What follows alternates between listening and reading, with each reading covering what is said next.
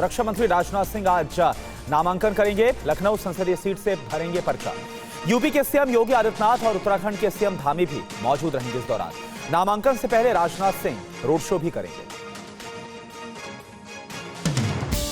रक्षा मंत्री राजनाथ सिंह आज लखनऊ संसदीय सीट से अपना नामांकन दाखिल करेंगे। उनके नामांकन के समय यूपी के मुख्यमंत्री योगी आदित्यनाथ, उत्तराखंड के सीएम पुष्कर सिंह धामी, बीजेपी प्रदेश अध्यक्ष भूपेंद्र सिंह चौधरी, उप मुख्यमंत्री केशव प्रसाद मौर्य, ब्रजेश पाठक उनके साथ मौजूद रहेंगे। नामांकन से पहले रक्षा मंत्री आज सुबह 10 बजे बीजेपी प्रदेश मुख्यालय पहुंचेंगे, जहां से रोड शो करते हुए पर्चा भरने के लिए कलेक्ट्रेट जाएंगे। रोड शो में बड़ी संख्या में पार्टी पदाधिकारी और हजारों की संख्या में कार्यकर्ता शामिल होंगे। अमेठी में केंद्रीय मंत्री स्मृति ईरानी आज नामांकन करेंगी। दोपहर 12:15 बजे स्मृति ईरानी नामांकन करेंगी। एमपी के सीएम मोहन यादव भी नामांकन में शामिल होंगे। इस दौरान नामांकन से पहले अमेठी में रोड शो भी करेंगी स्मृति ईरानी।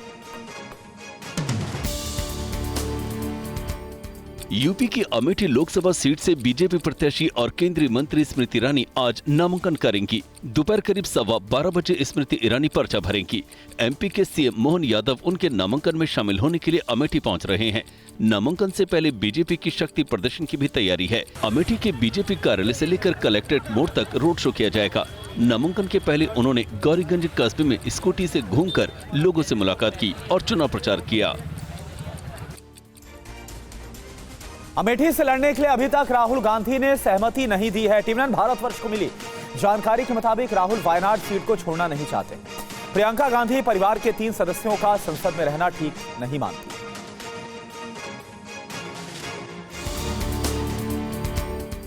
वायनाड में मतदान खत्म हुए 48 घंटे से ज्यादा का समय बीत चुका है, लेकिन अमेठी और रायबरेली सीट को लेकर कांग्रेस में अभी तक फैसला नहीं हो पाया है। टीवी 9 भारतवर्ष को मिली जानकारी के मुताबिक राहुल गांधी का मानना है कि दोनों सीट जीतने पर जिस सीट को भी छोड़ूंगा वहां गलत संदेश जाएगा। राहुल वायनाड नहीं छोड़ना चाहते क्योंकि अमेठी की हार के वक्त वायनाड ने जिताया था। वहीं जानकारी के मुताबिक प्रियंका गांधी तीनों गांधियों के संसद में होने को ठीक नहीं मानती। उम्मीद है कि अमेठी और रायबरेली की सीट पर 24 घंटे में फैसला हो जाएगा। पीएम मोदी ने कर्नाटक में कांग्रेस पर देश की एकता को ब्रेक करने का आरोप लगाया। उन्होंने कहा कि कांग्रेस का कल्चर है ब्रेक करो या फिर ब्रेक लगाओ।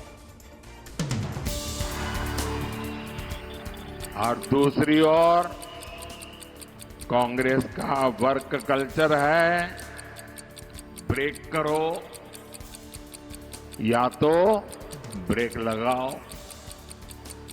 कांग्रेस देश की एकता को ब्रेक करने में जुटी हुई है और डेवलपमेंट के कामों पर ब्रेक लगाने में लगी हुई है। वहीं चुनाव के बीच आरएसएस प्रमुख मोहन भागवत ने कहा कि संघ संविधान के तहत मिले सभी आरक्षण का समर्थन करता है। लोग झूठ फैलाते हैं। संघ वाले बाहर के तो बात ही अच्छे करते, अंदर जाके कहते आरक्षण का हमारा विरोध है, बाहर हम बोल नहीं सकते। अभी एकदम असत्य बात है, गलत बात है। जब से आरक्षण आया है तब से संविधान सम्मत सारे आरक्षण को संघ पूर्ण समर्थन देता है और संघ ये कहता है कि आरक्षण जिनके लिए है उनको जब तक आवश्यक लगेगा या सामाजिक कारणों से दिया गया है वो भेदभाव जब तक है तब तक ये आरक्षण जारी रहना चाहिए। और वहीं मोहन भागवत के बयान पर राहुल गांधी ने तंज किया है। उन्होंने कहा कि पहले रिजर्वेशन का विरोध करते हैं और अब कह रहे हैं कि खिलाफ नहीं। आज आरएसएस के जो चीफ है उनका बयान आता है कि हम रिजर्वेशन के खिलाफ नहीं। अरे इन्होंने ही पहले स्टेटमेंट दिया था कि रिजर्वेशन के खिलाफ है। जो भी रिजर्वेशन के खिलाफ है सारे के सारे इनकी पार्टी में जा रहे हैं। जो भी रिजर्वेशन के कॉन्स्टिट्यूशन के खिलाफ है सारों को ये ले रहे हैं, फिर कह रहे हैं कि भैया हम रिजर्वेशन के खिलाफ नहीं है। और इन सब के बीच गृह मंत्री अमित शाह ने कहा है कि राहुल गांधी झूठ बोल रहे हैं। जब तक बीजेपी है आरक्षण को कोई हाथ नहीं लगा सकता। राहुल गांधी निराधार झूठ बोलकर लोगों को गुमराह करने का काम कर रहे हैं। भारतीय जनता पार्टी की सरकार इस देश में 10 साल से चल रही है और दोनों बार पूर्ण बहुमत की सरकार मिली। अगर भारतीय जनता पार्टी की मंशा होती कि आरक्षण को खत्म करना है तो हो चुका होता, बल्कि नरेंद्र मोदी जी ने पूरे देश के दलित, पिछड़े और आदिवासी भाई बहनों को गारंटी दी है, जब तक भारतीय जनता पार्टी है आरक्षण को कोई हाथ नहीं लगा सकता। पीएम मोदी आज कर्नाटक और महाराष्ट्र में प्रचार करेंगे। कर्नाटक के बागलकोट में पीएम मोदी की जनसभा है। सोलापुर, सतारा और पुणे में पीएम मोदी की सभाएं हैं। लोकसभा चुनाव प्रचार अभियान के तहत प्रधानमंत्री मोदी आज कर्नाटक और महाराष्ट्र का दौरा करेंगे।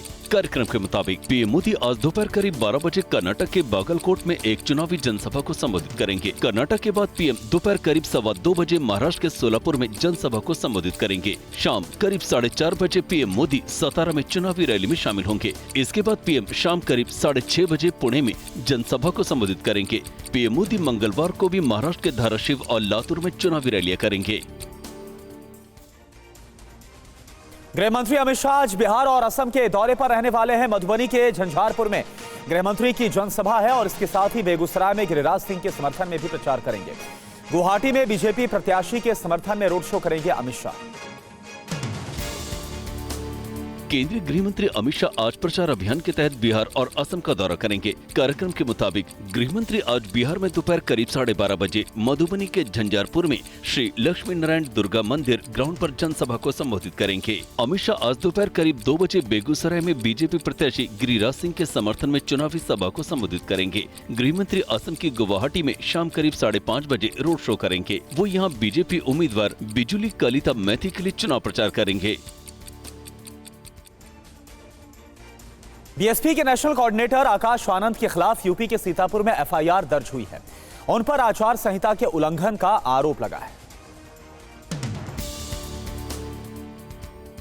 बीएसपी के राष्ट्रीय कोऑर्डिनेटर और बीएसपी सुप्रीमो मायावती के भतीजे आकाश आनंद के खिलाफ हिंसा भड़काने की कोशिश और असंसदीय भाषा का प्रयोग करने का आरोप है। आकाश आनंद सीतापुर से बीएसपी प्रत्याशी महेंद्र यादव, धोरहरा से उम्मीदवार श्याम प्रकाश अवस्थी और लखीमपुर लोकसभा से बीएसपी प्रत्याशी अक्षय कालरा समेत रैली आयोजकों पर केस दर्ज किया गया है।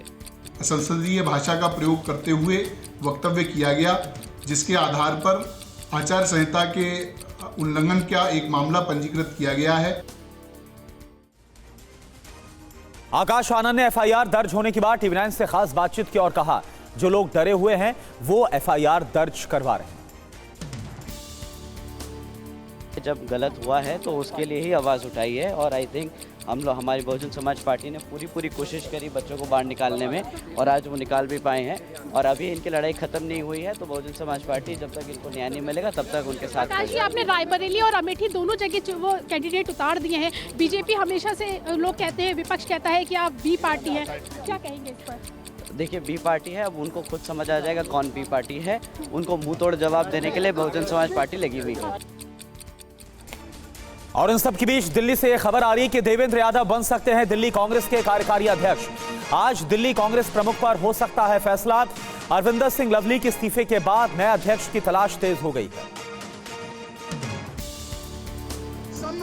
ये नजारा उत्तर पूर्वी दिल्ली का है, जहां कांग्रेस के कार्यकर्ता पार्टी के इस सीट से उम्मीदवार कन्हैया कुमार का विरोध कर रहे हैं। अरविंदर सिंह लवली ने भी अध्यक्ष पद से इस्तीफे की एक वजह कन्हैया कुमार और उदित राज को टिकट दिए जाने की बताई है। इसके अलावा आम आदमी पार्टी से गठबंधन का विरोध, प्रदेश प्रभारी दीपक बाबरिया का व्यवहार भी नाराजगी का बड़ा कारण है। लवली एक बार पहले भी कांग्रेस छोड़कर बीजेपी में शामिल हो चुके हैं, लेकिन फिर वापस लौट आए थे। लौटने के बाद उन्हें प्रदेश कांग्रेस की जिम्मेदारी सौंपी गई थी। अरविंदर सिंह लवली के इस्तीफे से दिल्ली में आम आदमी पार्टी और कांग्रेस के गठबंधन को बड़ा झटका लगा है। इस्तीफे के बाद कांग्रेस नेतृत्व पर भी पार्टी के भीतर सवाल उठ रहे हैं। आप और कांग्रेस गठबंधन के खिलाफ सबसे मुखर संदीप दीक्षित थे। गठबंधन होने के बाद उनके सुर में थोड़ी नरमी आई थी, लेकिन लवली के इस्तीफे के बाद उन्होंने एक बार फिर कांग्रेस नेतृत्व पर सवाल उठाए हैं। हम लोग यहाँ लीडरशिप गंभीरता से नहीं, या शायद जो संवेदनशीलता कांग्रेस की नेतृत्व की और कांग्रेस के कार्यकर्ताओं के अंदर में जो बातें थी उसको शायद उस तरीके से एड्रेस नहीं कर पाए हैं। वहीं आम आदमी पार्टी का कहना है कि ये कांग्रेस का आंतरिक मामला है। गठबंधन मजबूती से चुनाव लड़ रहा है, लेकिन माना जा रहा है कि नए घटनाक्रम से गठबंधन की उम्मीदों को झटका लगा है। चुनाव आयोग ने कहा है कि आम आदमी पार्टी के कैंपेन सॉन्ग पर रोक का दावा गलत है। गाने में कुछ संशोधन करने के निर्देश दिए गए। आम आदमी पार्टी के कैंपेन सॉन्ग जेल के जवाब में हम वोट देंगे पर बीजेपी ने आपत्ति जताई थी और चुनाव आयोग से शिकायत की थी। चुनाव आयोग ने कहा है कि सॉन्ग की लाइन जेल के जवाब में हम वोट देंगे के साथ आक्रोशित भीड़ नजर आ रही है। इस भीड़ के हाथ में जेल की सलाखों के पीछे अरविंद केजरीवाल की तस्वीर है। इससे न्यायपालिका की छवि खराब होती है। जेल के जवाब में वोट वाली लाइन कई बार दोहराई गई है जो गाइडलाइंस का उल्लंघन करती है। इसके अलावा भी कई बदलाव के निर्देश दिए गए हैं। आयोग ने सॉन्ग में बदलाव करके उसे दोबारा सबमिट करने को कहा है। उधर दिल्ली की मंत्री आतिशी चुनाव आयोग पर कैंपेन सॉन्ग को लेकर जमकर बरसी। उन्होंने कहा कहीं ऐसा ना हो कि ये चुनाव पाकिस्तान के चुनाव की तरह याद किया जाए।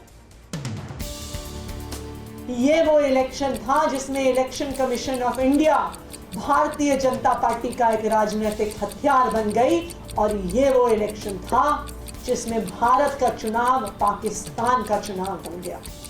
तो मैं इलेक्शन कमीशन ऑफ इंडिया से ये अपील करूंगी कि जो भारतीय जनता पार्टी रोज आचार संहिता की धज्जियां उड़ा रही है उस पर भी ध्यान दीजिए और विपक्ष का प्रचार रोकने का जो आप काम कर रहे हैं उस काम को बंद कीजिए। और वहीं दिल्ली के मुख्यमंत्री अरविंद केजरीवाल की याचिका पर आज सुप्रीम कोर्ट में सुनवाई है। केजरीवाल ने याचिका में गिरफ्तारी को चुनौती दी है।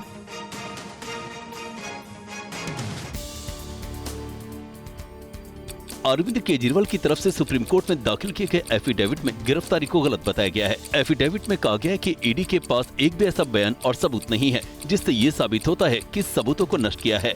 केंद्र सरकार ईडी जैसी एजेंसियों का दुरुपयोग कर अपने राजनीतिक विरोधियों को खत्म करने में लगी है। चुनावी प्रक्रिया के बीच गिरफ्तारी से आम आदमी पार्टी को भारी नुकसान, वहीं बीजेपी को फायदा होगा। स्वतंत्र और निष्पक्ष चुनाव के लिए सभी पार्टियों को बराबर मौका मिलना चाहिए। उधर ईडी ने गिरफ्तारी को सही बताया है।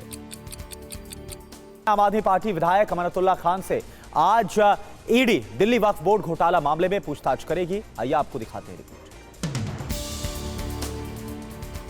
अमानतुल्लाह खान पर आरोप है कि उन्होंने दिल्ली वक्फ बोर्ड में कर्मचारियों की भर्ती के दौरान अवैध तरीके से बड़ी रकम वसूली और अपने सहयोगी के नाम पर अचल संपत्ति खरीदने के लिए उस रकम का इस्तेमाल किया।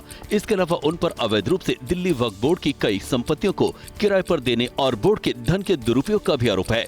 आज अमानतुल्लाह ईडी के सामने पेश होंगे। ईडी ने उनको मामले से संबंधित सभी दस्तावेज लाने का भी निर्देश दिया है। 27 अप्रैल को ईडी ने समन जारी किया था।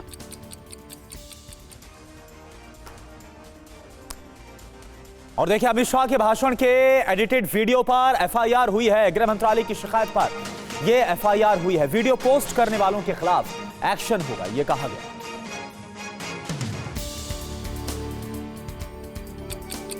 अमित शाह की रैली पिछले साल तेलंगाना में हुई थी। इस रैली में दिए उनके भाषण में 17 सेकंड की क्लिप सोशल मीडिया पर निकालकर वायरल की गई। वायरल करने से पहले क्लिप को डिजिटली एडिट किया गया जिससे अर्थ का अनर्थ हो गया। केंद्रीय गृह मंत्रालय की शिकायत पर दिल्ली पुलिस ने सोशल मीडिया पर अमित शाह का फर्जी वीडियो फैलाए जाने के सिलसिले में केस दर्ज कर लिया है। जिन लोगों ने इस वीडियो को सोशल मीडिया पर पोस्ट या शेयर किया है उनके खिलाफ कड़ी कार्रवाई की जाएगी।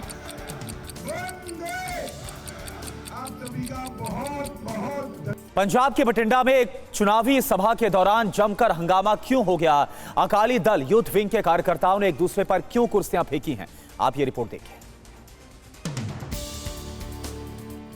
पंजाब के बठिंडा में शिरोमणि अकाली दल के एक कार्यक्रम में जमकर हंगामा हुआ। इस दौरान पार्टी कार्यकर्ताओं ने आपस में एक दूसरे पर कुर्सियां फेंकी। तस्वीरों में पार्टी वर्कर्स एक दूसरे पर कुर्सियां फेंकते दिख रहे हैं। घटना के बाद पूरे रिजॉर्ट में अफरा तफरी मच गई। शिरोमणि अकाली दल यूथ विंग के कार्यकर्ता आपस में भिड़ गए थे। जानकारी के मुताबिक कार्यक्रम में बठिंडा से पार्टी उम्मीदवार हरसिमरत कौर बादल को शामिल होना था, लेकिन विवाद के बाद कार्यक्रम को स्थगित कर दिया गया। आयोजकों ने काफी देर में विवाद को शांत कराया।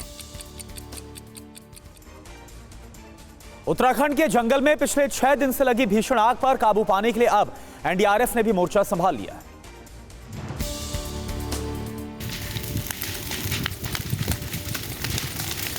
उत्तराखंड के जंगल में लगी ये आग थमने का नाम नहीं ले रही है। सेना के बाद अब आग पर काबू पाने के लिए एनडीआरएफ को भी तैनात कर दिया गया है। एनडीआरएफ भीमताल और आसपास के क्षेत्र के जंगलों में लगी आग पर काबू पाने की कोशिशों में जुटी है। वन विभाग के अधिकारियों के मुताबिक हल्द्वानी, नैनीताल और चंपावत वन प्रभागों के जंगलों समेत प्रदेश के विभिन्न वन क्षेत्रों में भड़की आग को बुझाने के प्रयास युद्ध स्तर पर किए जा रहे हैं। वन विभाग अधिकारियों के मुताबिक जल्द ही आग पर काबू पा लिया जाएगा। इटावा में कपड़े के गोदाम में आग लग गई और इस आग में लाखों का सामान जलकर खाक हो गया। यूपी के इटावा में देर रात कपड़े के एक गोदाम में भीषण आग लग गई। आग की लपटों से जलकर लाखों का सामान खाक हो गया है। आग लगने के कारणों का अब तक पता नहीं चला है। आग की वजह से आसपास की इमारतों को भी नुकसान पहुंचा है। हादसे में किसी के हताहत होने की खबर नहीं है। और क्योंकि बिल्डिंग बहुत सकरी है ये, इसलिए फायर फाइटिंग में काफी मशक्कत करना पड़ रहा है। कितने मंजिल की दुकान बताई जा रही है? ये जो ग्राउंड +3 फ्लोर का बताया जा रहा है और इसके टॉप फ्लोर पे अभी फायर फाइटिंग चल रही है। महादेव सट्टेबाजी ऐप के मामले में अभिनेता साहिल खान को 1 मई तक पुलिस कस्टडी में भेज दिया गया है। पेशी के दौरान साहिल ने कहा कि उन्हें कानून पर पूरा भरोसा है, सच सामने आएगा।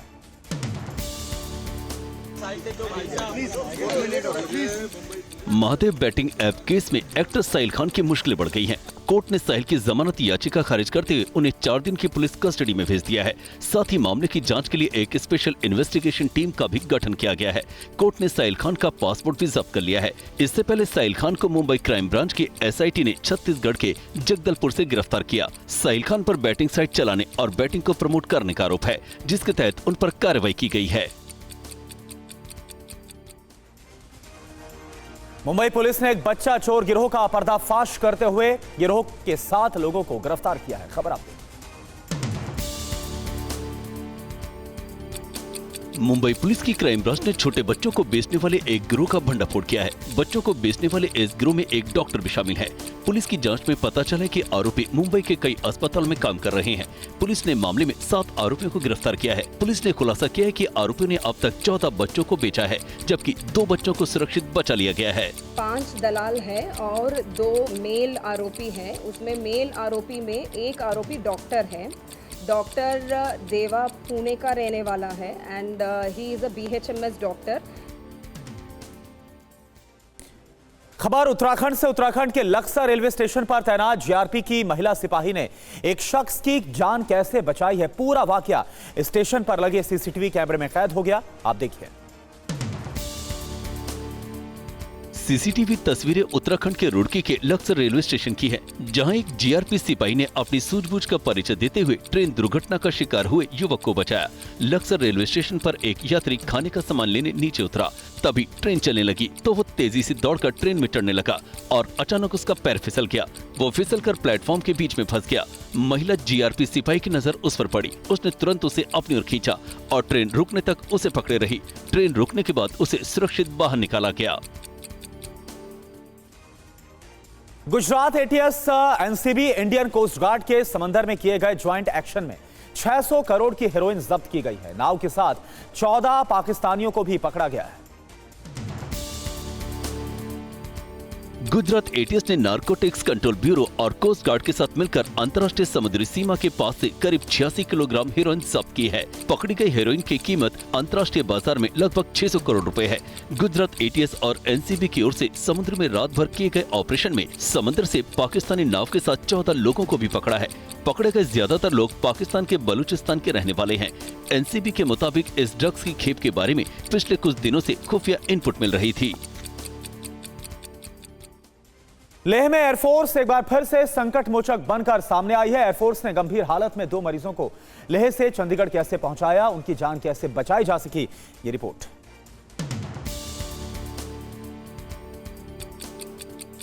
इंडियन एयरफोर्स ने लेह से गंभीर रूप से बीमार 2 मरीजों को चंडीगढ़ पहुंचाया। इनमें से एक शख्स कार्डियक संबंधी बीमारी से परेशान था और दूसरा सड़क हादसे का शिकार हो गया है। वायुसेना के समय पर मदद करने के कारण दोनों मरीजों की जान बच गई है। एयरफोर्स के मुताबिक उनके जवानों ने लेह के 2 लोगों की जान बचाने में अहम भूमिका निभाई। लेह में खराब मौसम और बर्फबारी के कारण लद्दाख की कई सड़कों पर आवाजाही ठप हो जाती है। ऐसे समय में वायुसेना इन इलाके के लोगों के लिए लाइफलाइन की तरह काम करती है। पीएम मोदी आज कर्नाटक और महाराष्ट्र में करेंगे प्रचार। कर्नाटक के बागलकोट में पीएम मोदी की जनसभा है। सोलापुर, सतारा और पुणे में पीएम मोदी की सभाएं।